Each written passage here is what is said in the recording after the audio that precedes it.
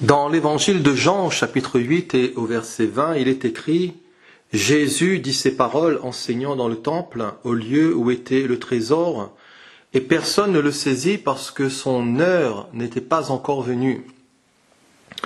Jésus leur dit encore « Je m'en vais et vous me chercherez et vous mourrez dans votre péché.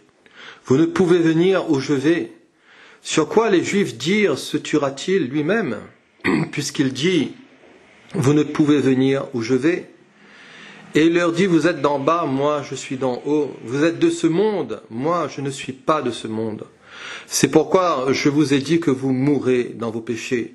Car si vous ne croyez pas ce que je suis, vous mourrez dans vos péchés. Un avertissement ici terrible du Seigneur Jésus pour ces Juifs, mais pour aussi tous ceux qui ont des oreilles pour entendre, parce que l'Évangile s'adresse à chacun d'entre nous. Ici, nous sommes face au discours de Jésus dans le temple, où Jésus affirme sa mission et son identité à ses interlocuteurs, alors que Jésus venait de nous démontrer au chapitre 8 et au verset 1 qu'il était l'ami des pécheurs et le défenseur des faibles au travers du récit de la femme adultère, alors que Jésus venait de nous démontrer qu'il est aussi la lumière du monde au verset 12. Ici, dans notre lecture, le débat entre Jésus et les Juifs se poursuit. Et Jésus ici annonce à ses détracteurs qu'il s'en allait. Et à plusieurs reprises, Jésus avait annoncé, prédit son départ.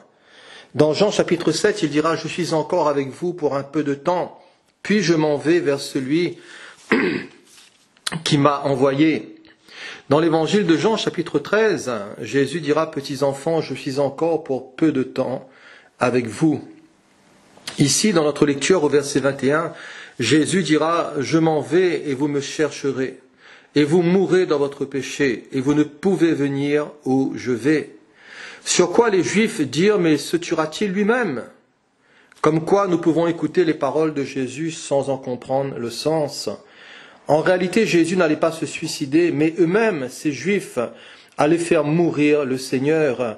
Et leur cœur, leur pensée était tordue, leur cœur, leur pensée était méchant, et leur cœur était pervers. « Je m'en vais, et vous me chercherez, dira le Seigneur. » Et nous avons ici le drame des occasions manquées.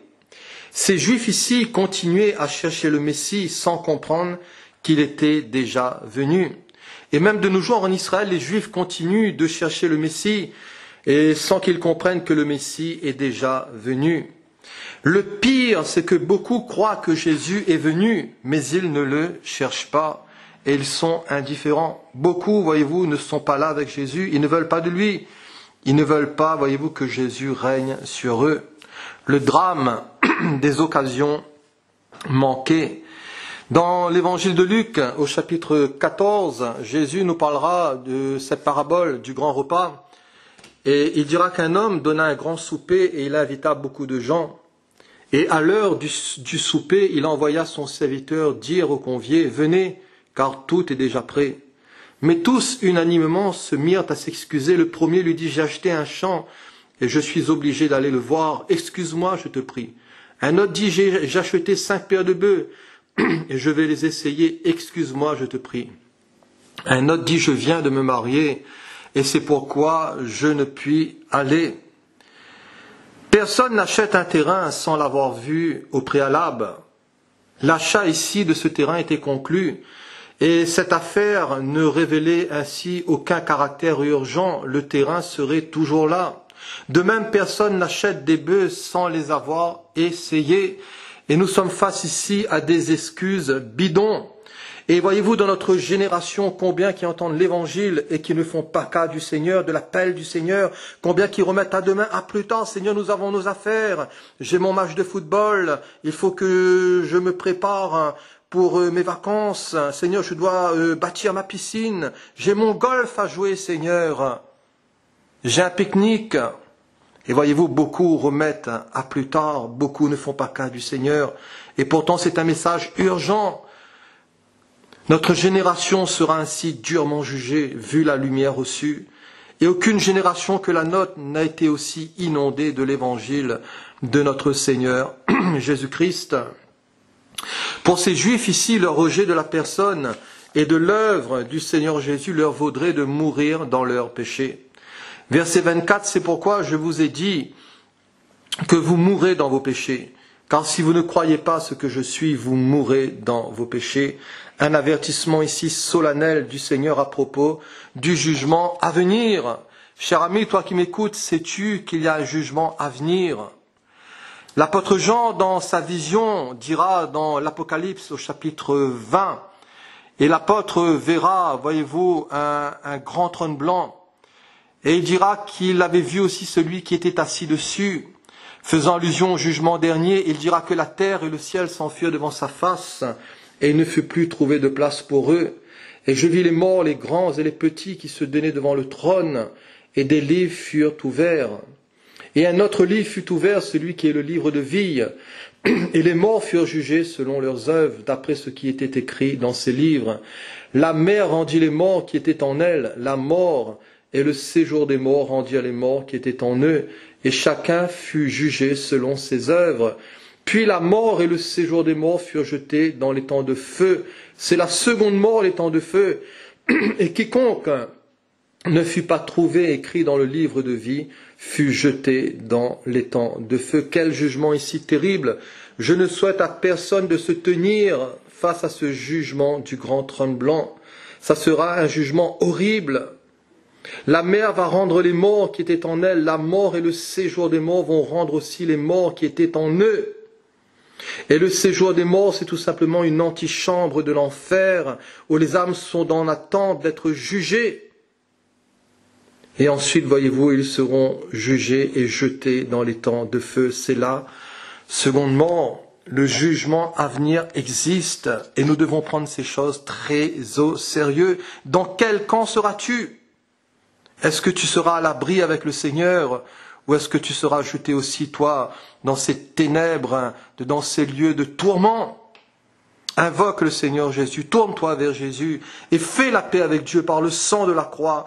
Pour ces Juifs, voyez-vous, leur rejet de la personne et de l'œuvre de Jésus leur vaudrait tout simplement de mourir dans leur péché. Et le Seigneur Jésus, s'il les lance un avertissement à propos du jugement à venir, mais un avertissement aussi à propos de la perte de l'âme. Et il y a ici l'urgence du salut. Et la Bible nous dit, que servirait-il à un homme de gagner le monde entier s'il perdrait son âme? Que donnerait un homme en échange de son âme? As-tu pensé à ton âme? Penses-tu à ton éternité? As-tu réfléchi où est-ce que tu vas passer ton éternité? C'est une très grande question. Le salut ici se reçoit par la foi.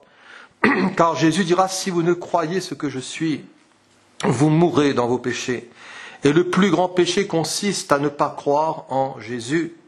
Et pour ces Juifs, leur refus de croire en Jésus leur vaudrait de mourir dans leurs péchés. Pourtant, ils avaient leur religion. Pourtant, ils vivaient dans le judaïsme. Et à l'époque de Jésus, cela consistait en un système complexe et légaliste de salut par les réalisations humaines. Et les gens fondaient leur espoir de salut sur l'accomplissement de bonnes œuvres, sur leur mérite, sur l'observance de cérémonies et de rituels, et surtout sur l'obéissance à la loi. Mais la Bible nous dit que nul ne sera justifié devant Dieu par les œuvres de la loi, car c'est par la loi que vient la connaissance du péché. La loi de Dieu est spirituelle, la loi de Dieu est bonne, elle est pure, elle est parfaite. Mais l'homme, voyez-vous, n'est pas parfait. L'homme vit dans le péché, l'homme est vendu au péché, l'homme possède une nature de péché. Et la loi ne peut changer ta nature, la loi ne peut te donner un cœur nouveau, la loi ne peut pas te régénérer, la loi ne peut pas te donner la force de vaincre ton péché. Elle ne fait que stimuler en toi le péché, sans te donner le moyen d'y remédier. Si la loi aurait pu nous sauver, Jésus ne serait pas venu. Le sauveur, ce n'est pas Moïse. Moïse n'est pas ressuscité et Moïse n'a ressuscité personne. Le sauveur, ce n'est pas Abraham. Abraham n'est pas ressuscité, il n'a ressuscité personne. Le sauveur, ce n'est pas les prophètes, ni la loi de Moïse. Le sauveur, c'est le Seigneur Jésus. La Bible nous dit qu'il n'y a de salut en aucun autre, car il n'y a sous le ciel aucun autre nom que Dieu nous ait donné et par lequel nous puissions être sauvés.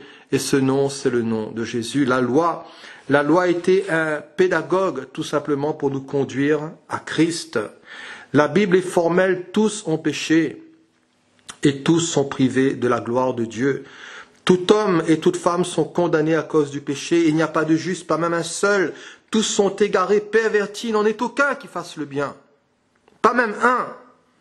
Et Ésaïe exprime l'incapacité totale des pécheurs de se sauver par eux-mêmes. Et il dira dans Ésaïe 64, verset 5, « Nous sommes tous comme des impurs, et toute notre justice est comme un vêtement souillé. » Le livre des Proverbes nous dit qu'il y a une race qui se croit pure et qui n'est pas lavée de sa souillure. Ces Juifs ici autosuffisants se croyaient purs, mais ils avaient pour père le diable. Ils étaient allergiques à Jésus. Ils n'aimaient pas le Seigneur ni ses paroles. Les paroles de Jésus ne pouvaient pénétrer en eux. Ils étaient pleins de colère, de haine. Ils grinçaient des dents face à Jésus. Et même, il dira de Jésus, nous savons que tu as un démon. Mais Jésus dira, je n'ai point de démon, mais j'honore mon Père, et vous m'outragez. Et moi, parce que je vous dis la vérité, vous ne me croyez pas. Ces Juifs sondaient aussi les Écritures parce qu'ils pensaient avoir en elles la vie éternelle. Mais Jésus dira, ce sont elles qui rendent témoignage de moi. Et vous ne voulez pas venir à moi pour avoir la vie. Ils ne le voulaient pas. Ils préféraient la gloire des hommes. Ils préféraient la gloire de leur religion, de leur système religieux, de leur tradition. Ils préféraient l'apparence, la justice extérieure, paraissant beaux au dehors, mais ils étaient pleins d'ossements de mort et de rapines. Ils cherchaient à paraître justes devant les hommes, devant les foules, établissant leurs propres règles, leur propre justice. Ils ne se sont pas soumis à la justice de Jésus. Ainsi, non rachetés, non pardonnés, ils étaient bons pour l'enfer. Ne placez pas votre confiance dans les hommes. Ne place pas ta confiance dans ta religion, dans ton système, dans ta dénomination, dans un prêtre, dans un curé, dans une église, dans un pasteur. Ne place pas ta confiance dans tes œuvres, dans tes mérites, dans tes capacités, dans ton intelligence, dans ta moralité, dans tes activités religieuses. Tout cela ne pourront pas te sauver. Tu seras sinon couvert de honte. Tu seras confus, confuse. Mais place ta confiance en Jésus. Place ta confiance dans le Christ Jésus qui est mort pour tes péchés et qui est ressuscité pour te justifier. Et confiance en lui. Invoque son nom. Cherche-le.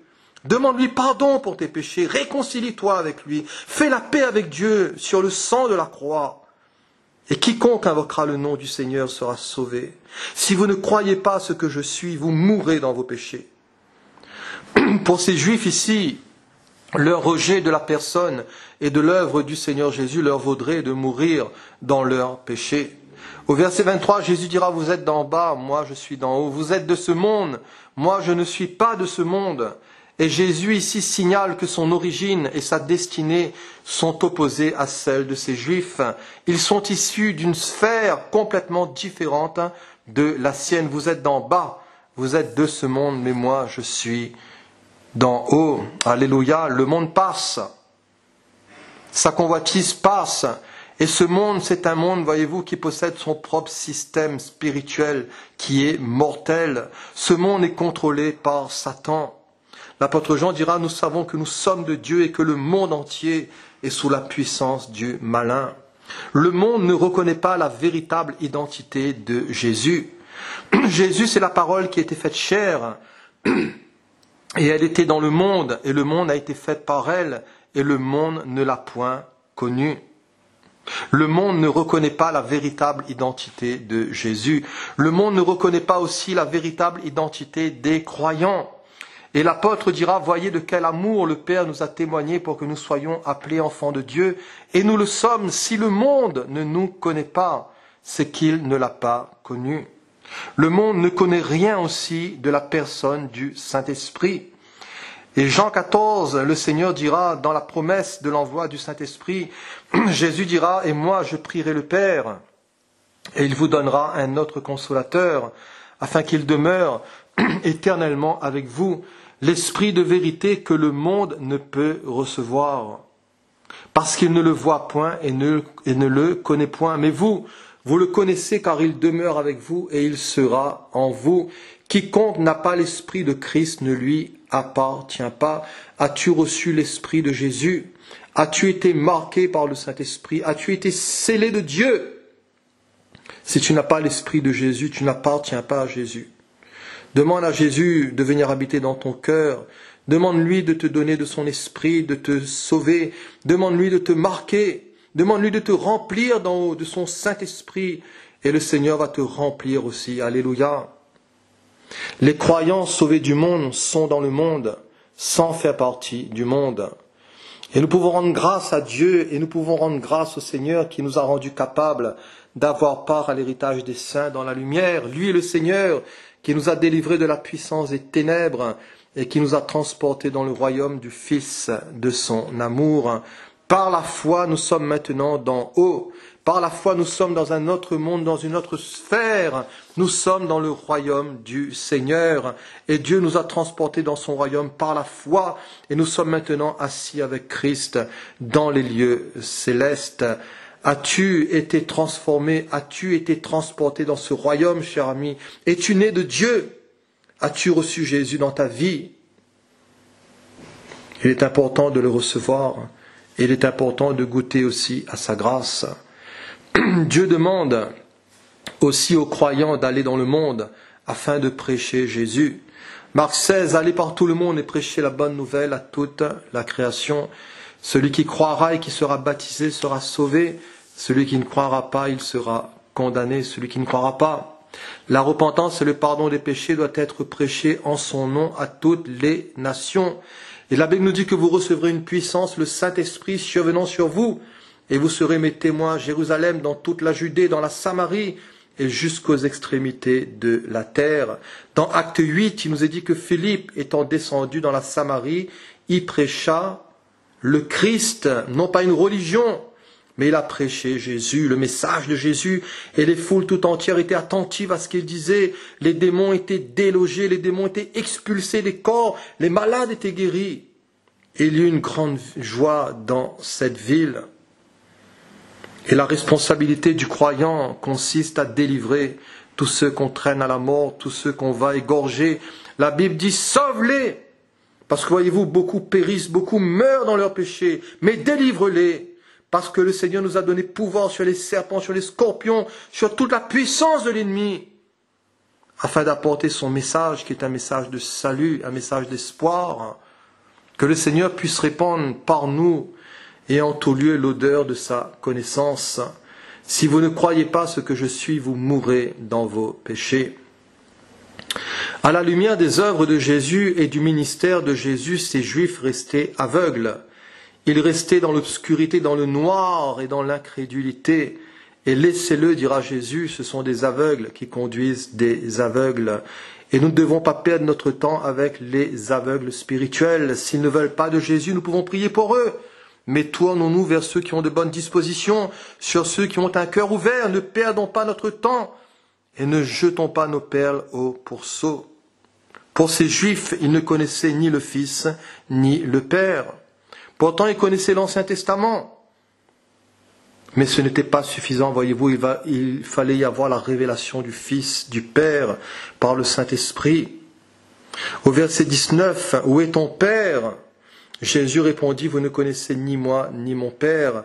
Si vous me connaissiez, vous connaîtriez aussi mon Père. En réalité, moi et mon Père, nous sommes un. » Jésus et le Père ne forment qu'un et cela scandalise une multitude. Même ces Juifs, voyez-vous, pour eux c'était un blasphème. Et qu'importe, mais le Seigneur Jésus est bien Dieu en chair. Jésus est le Dieu véritable et la vie éternelle. Si vous ne croyez pas ce que je suis, Jésus est le grand je suis. Et l'emploi de l'expression ici « je suis » par Jésus n'est rien d'autre qu'une déclaration de son entière divinité.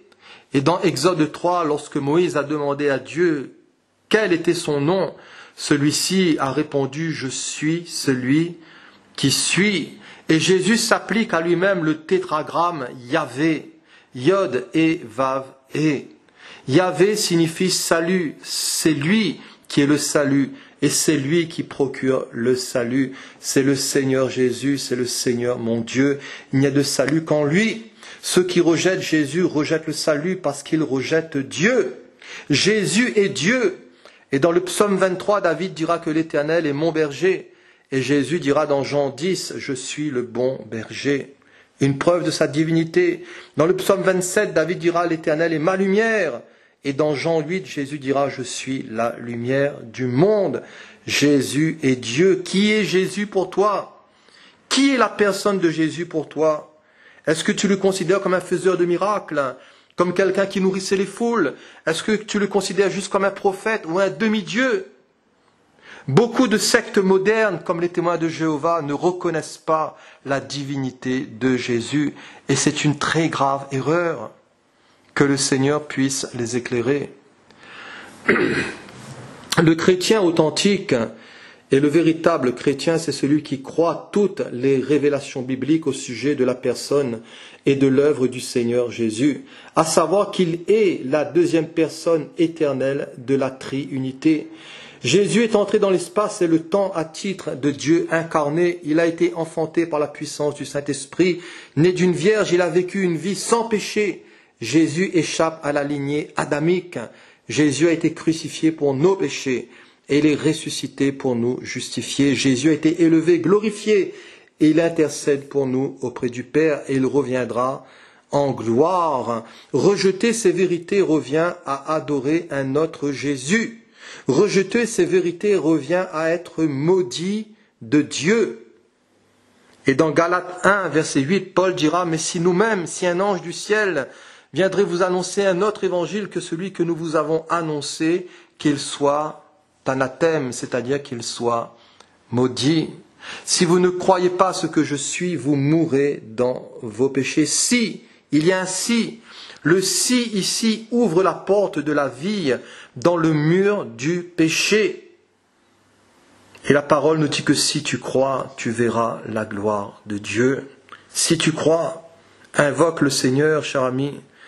Invoque le Seigneur, tourne-toi vers lui, confie-toi en lui, ne sois pas incrédule comme ces Juifs, ne sois pas rebelle, n'aie pas la nuque dure, ne meurs pas dans tes péchés, mais invoque le Seigneur parce que tu as besoin de lui. Pour terminer, voulez-vous croire véritablement en Jésus? Voulez-vous vous engager avec lui? Voulez-vous vous repentir de vos péchés? Donnez votre vie à Jésus. Confiez-vous en lui, cherchez-le, et le Seigneur se laissera trouver aussi. Et le Seigneur vous bénira. Alléluia. Que Dieu vous bénisse abondamment par ces quelques paroles. Amen.